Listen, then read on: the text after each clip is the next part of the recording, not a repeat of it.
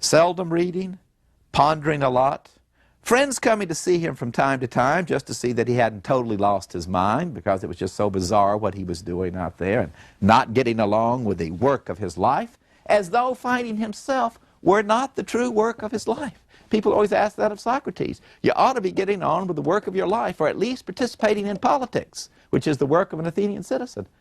And Socrates could never make most of them understand that learning yourself should be the work of your life. Spring came to Walden Pond, and Thoreau saw spring as he had never seen it before.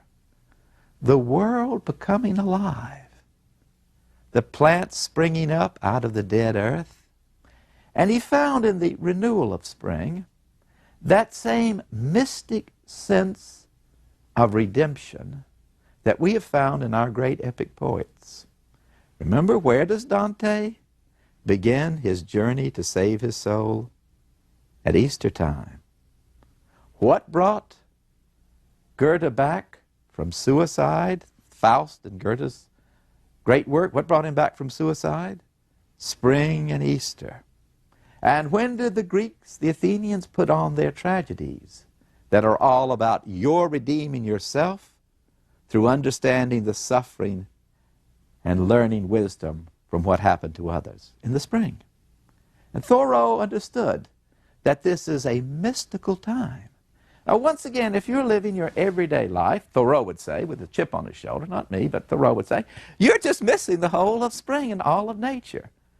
All spring might mean is that the roads are going to begin to get slushy, and then, well, you got some flowers outside, maybe, if you plant them and carefully nurture them, but it is just one more part of your year, isn't that right? Because it all runs together, not for Thoreau. God, inside him, was renewing the whole world. Thus he writes in Walden Pond, having gone through each season there at the pond, he says, you know, on a bright spring day it became absolutely clear to me, why doesn't the jailer go into his prison and say, everybody is released, you are all redeemed? And why doesn't a minister say to his congregation on that bright blue day in spring, everybody just go away. Just go away. You don't need to be in a building. God is far more present in these trees coming back to life than he is in all the cathedrals ever built by man. And God is more alive in these birds, and they're singing in the spring and celebrating the spring, than in all the hymns, all the books ever composed by men and women. And the teacher ought to say, go away, students, be free. And Thoreau said, you know, I have on this spring day forgiven everybody who ever did anything wrong to me. Why should I allow them to continue to control me? Because that's what they're doing. By constantly thinking about the wrong they have done to me, petty or great, then they continue to control me, and I am no longer free. So you're all forgiven. And I just wish everybody, everywhere, could be free like that and say, in spring, all debts are forgiven. Why, yes, why doesn't the creditor go to you and say, I have forgiven you your debts? Well, again, when Thoreau tried to explain this to his friends, they couldn't grasp it.